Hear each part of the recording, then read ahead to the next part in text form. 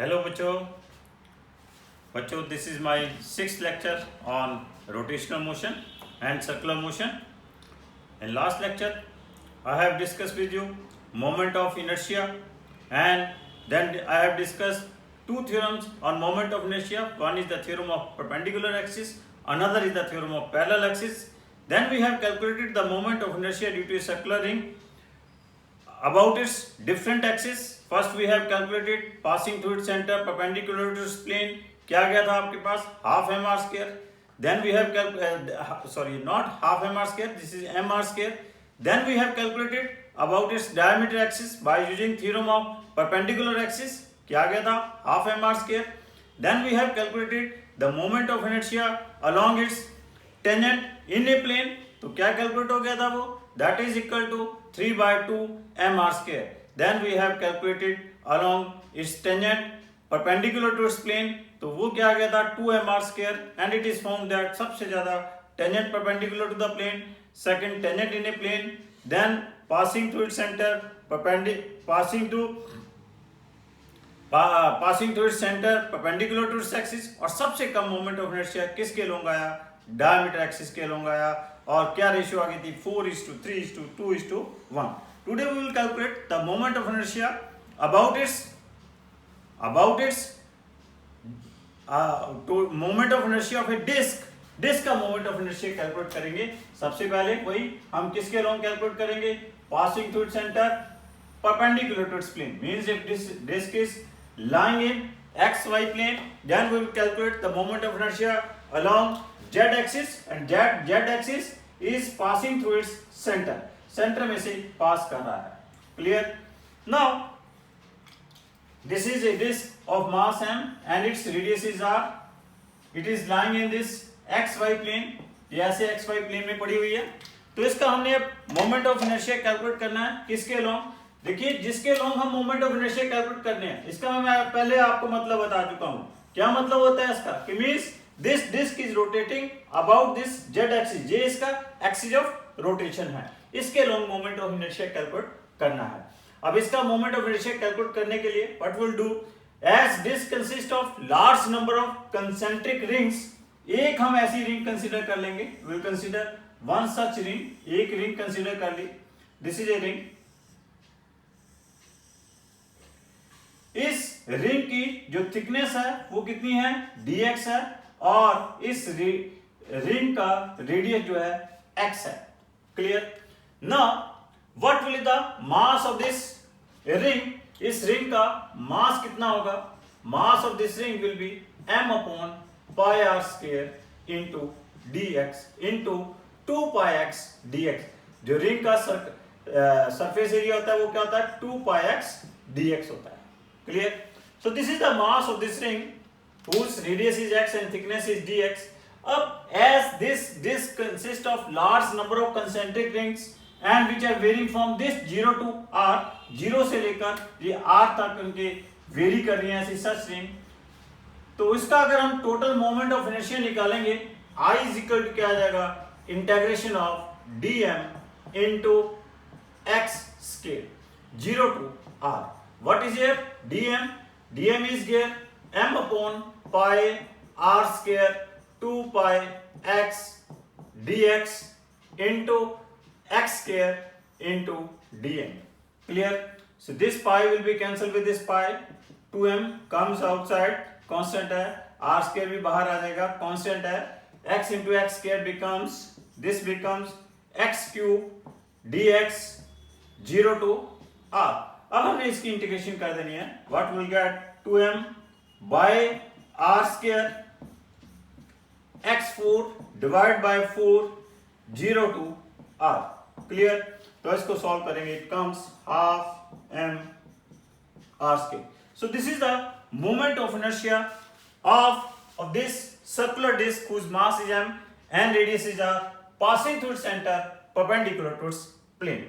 Clear? Means this disk is lying in xy plane.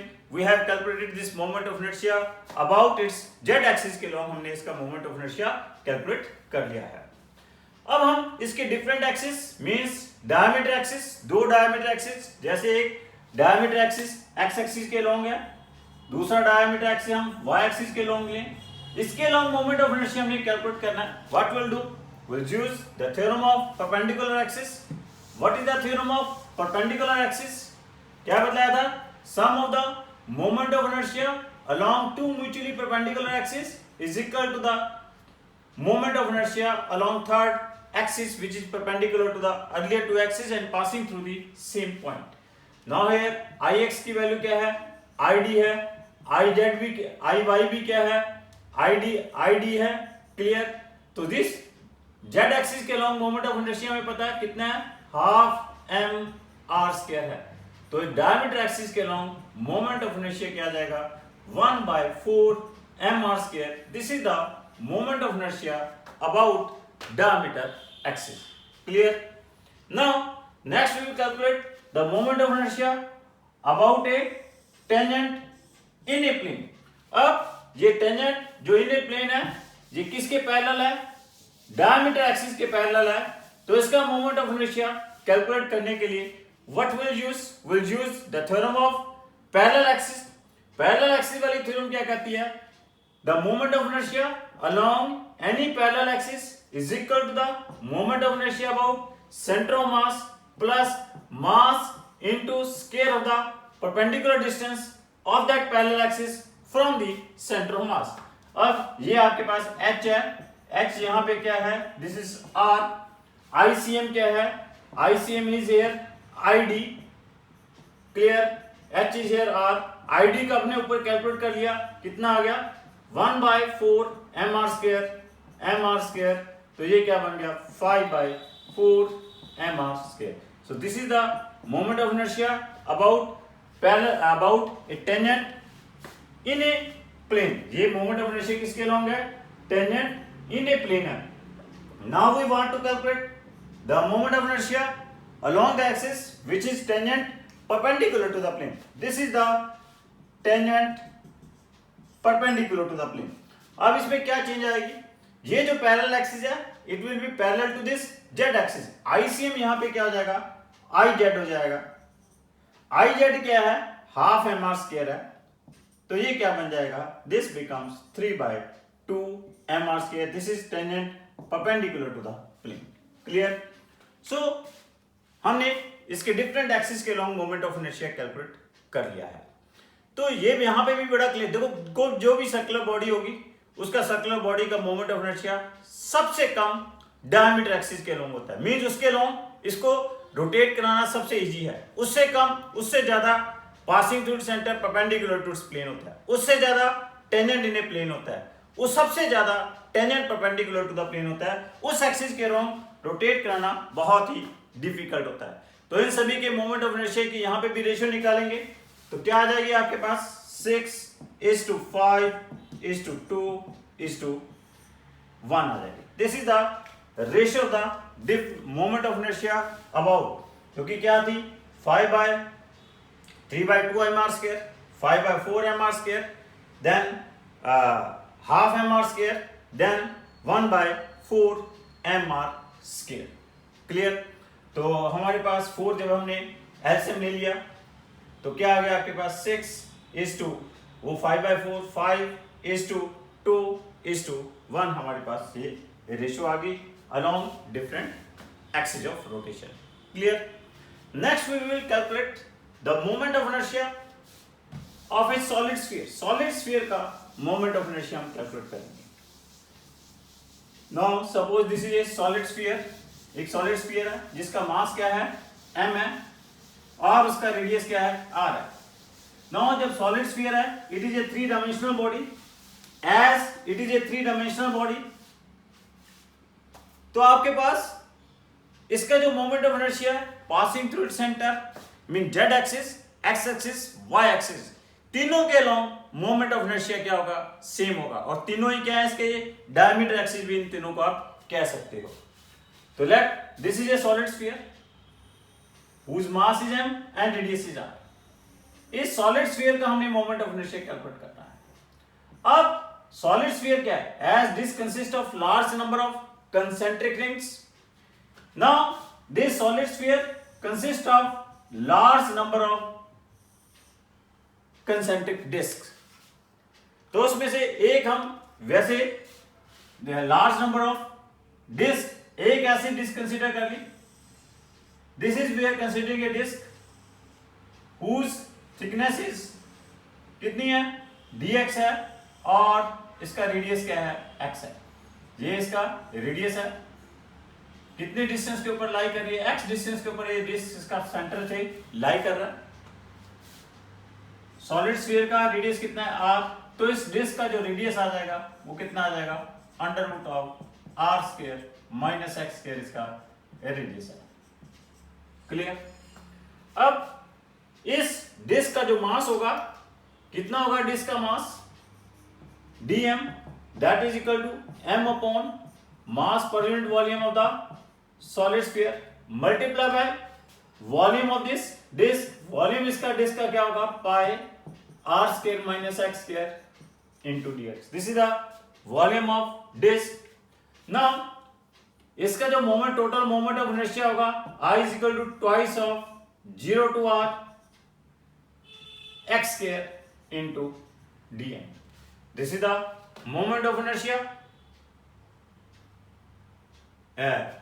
x square, sorry, not x square, into r square, that is r square minus x square into dm। Clear. Now अब यहां पे क्या करेंगे, dm की value substitute कर देंगे। What is your dm, m upon 4/3 pi r cube pi r square minus x square into dx। clear, this pi is cancelled with this pi, now this 2 is cancelled with this 2, clear, so this 3/2 m सारा ये बाहर आ जाएगा, integration क्या आ जाएगी, 0 to r, this becomes r square minus x square whole square। जब हम इसको खोलेंगे तो क्या बन जाएगा, ये r4 plus x4 minus 2 r square x square dx।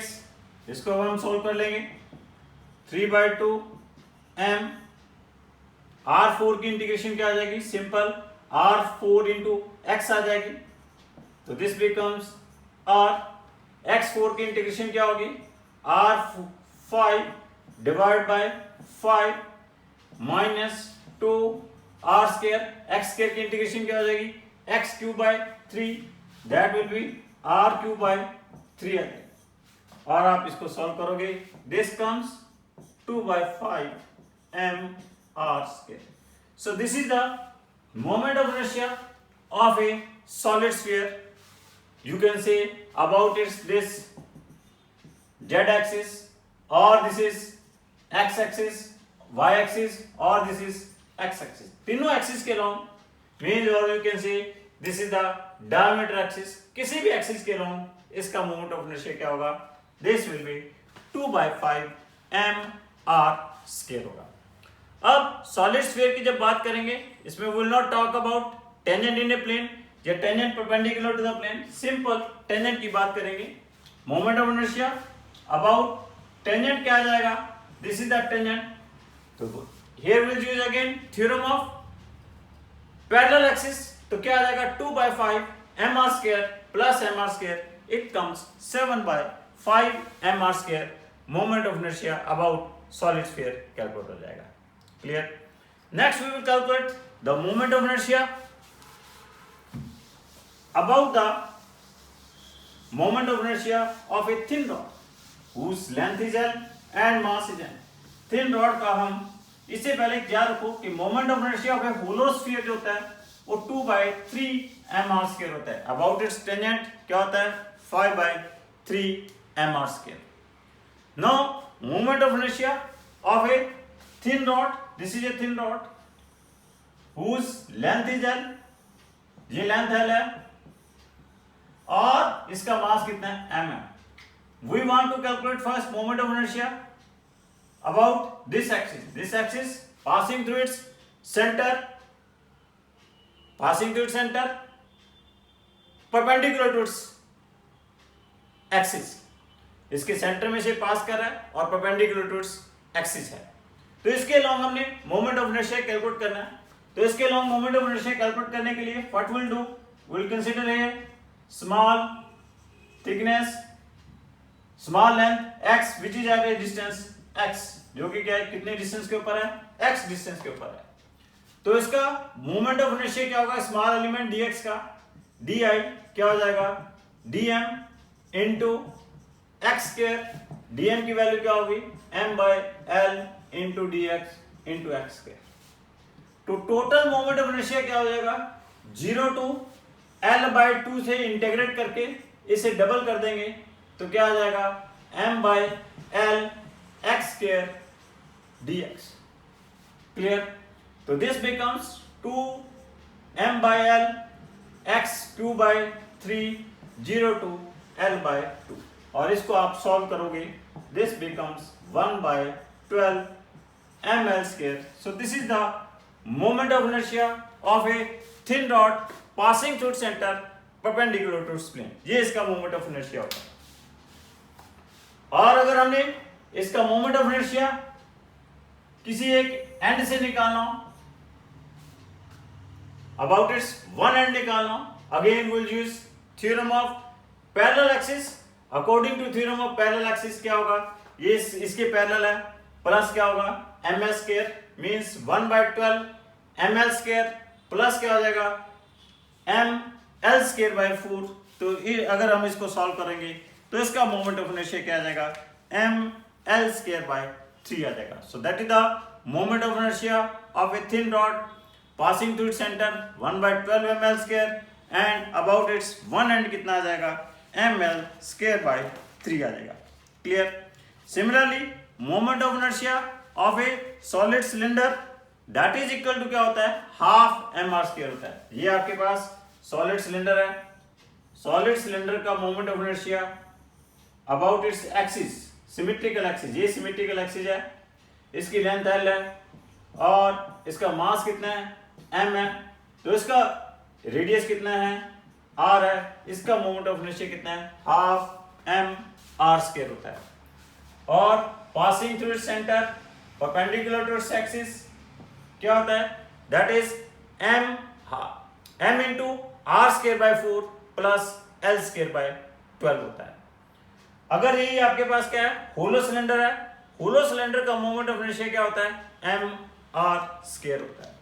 तो जस्ट रिमेंबर, इनकी वैल्यूज आपने डायरेक्ट भी आपने याद रखनी होगी, मोमेंट ऑफ इनर्शिया की about all these axis. Direct multiple choice question solve करने हैं तो आप डायरेक्ट सॉल्व कर सकते हो। Now there is a one term that is the radius of gyration। What is this radius of gyration? It is the distance of A point from the axis of rotation at which whole mass of the body is supposed to be concentrated, means that is the center of mass, or you can say its moment of inertia about the axis will be the same as determined by the actual distribution of mass is called a radius of gyration।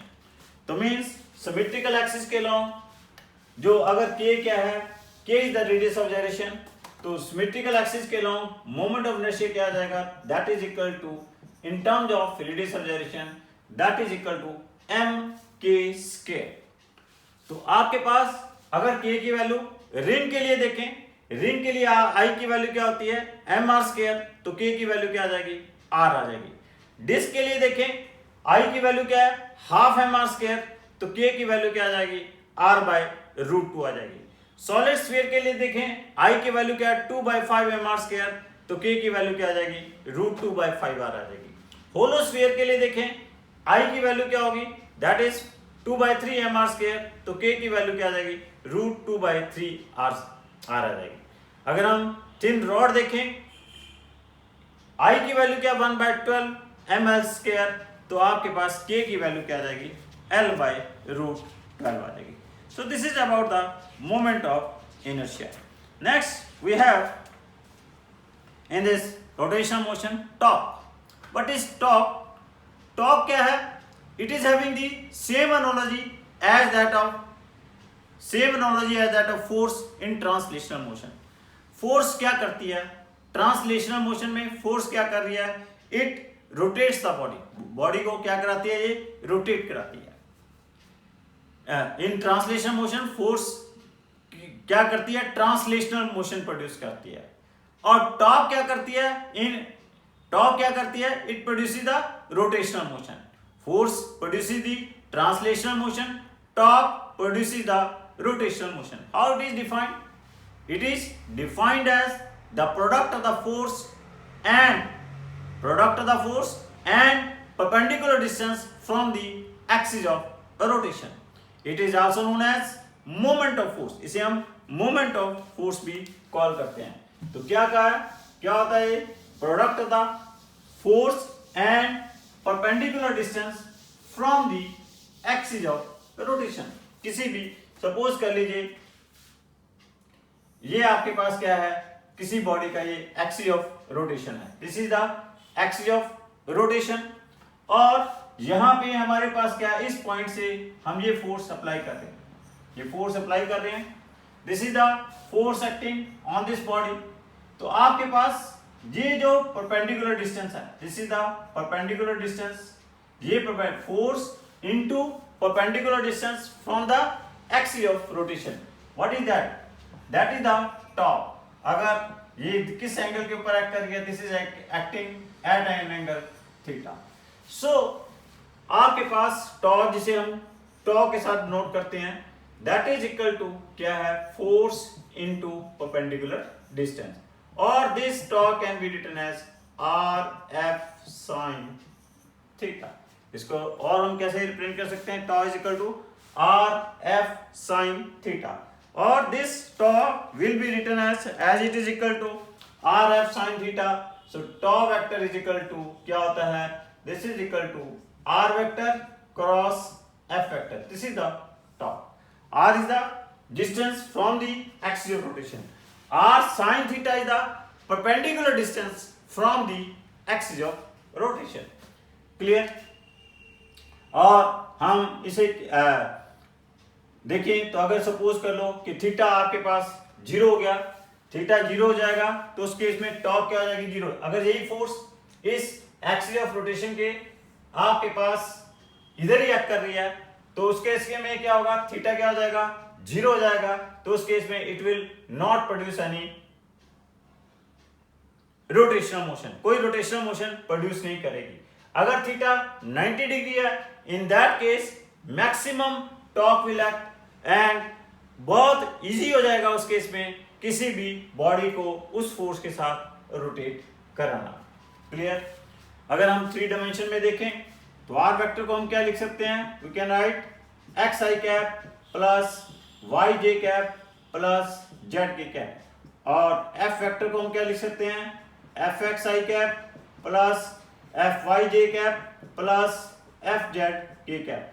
तो आपके पास टॉप vector क्या आ जाएगा, x i cap plus y j cap plus z k cap cross F x i cap plus F y j cap plus F z k cap आ जाएगा। Clear? Now जब हम क्रॉस प्रोडक्ट लेंगे तो क्या आ जाएगा, ये this becomes x F y minus y F x i cap plus y F z minus z F y F z minus z F y i cap plus x F plus z F x minus x F z j cap. This is k cap, sorry, this is I cap, this is J cap, this is I'm sorry, this is K cap, this is I cap, and this is J cap. So this is the torque obtained along x-axis. This is the torque for x. This is the torque for z-axis. This is the torque for torque obtained along x-axis, and this is the torque obtained along y-axis. So these are the when a body is rotating in space आपके पास torque है x axis के long, y axis के long, z axis के long obtain होगी। Clear? No जो torque है इसकी जो आपके पास डायमेंशनल फार्मूला देखोगे, dimensional formula will be same as that of work. वो क्या आ जाएगा, ml² t-2 आ जाएगा। इसके यूनिट्स जो आएंगे न्यूटन मीटर एसआई सिस्टम में, और सीजीएस सिस्टम में क्या आ जाएगा, डाइन सेंटीमीटर आ जाएगा। Clear? And this torque can be written as in terms of, हम मोमेंट ऑफ इनर्शिया भी लिख सकते हैं। मोमेंट ऑफ इनर्शिया की फॉर्म में अगर हम टॉर्क को लिखें तो it is written as tau is equal to I into alpha. जैसे हमारे पास ट्रांसलेशनल मोशन में क्या होता है, F is equal to m a होता है। Here m is replaced by I, जो a है किससे रिप्लेस हो गया, अल्फा से ऑब्टेन हो गया। तो हाउ दिस रिजल्ट कम्स, ये रिजल्ट कैसे आता है कि सपोज कर लेते हैं आपके पास एक रिजिड बॉडी है। This rigid body consist of large number of particles whose masses are m1, m2, m3 dash dash m1, और these masses are having, in masses के जो perpendicular distances हैं from the axis of rotation कितने हैं, r1, r2, r3 dash dash rn है। ये आपके पास एक rigid body है जिसके masses क्या हैं, n masses हैं। ये इस rigid body का क्या है, axis of rotation है, और इनके परपेंडिकुलर डिस्टेंसेस क्या हैं, r1, r2 dash dash rn है।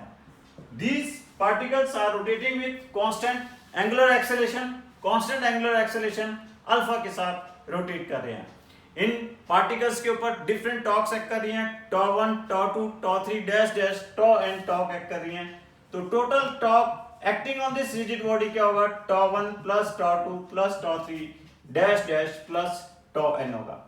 τ1 क्या होगा यहाँ पे, r1 f1, τ2 क्या होगा, r2 f2 dash dash plus क्या आ जाएगा, rn fn आ जाएगा। What is a force, that is m1 a1, f2 क्या होगा, m2 a2 प्लस क्या होगा, mn en होगा। क्लियर?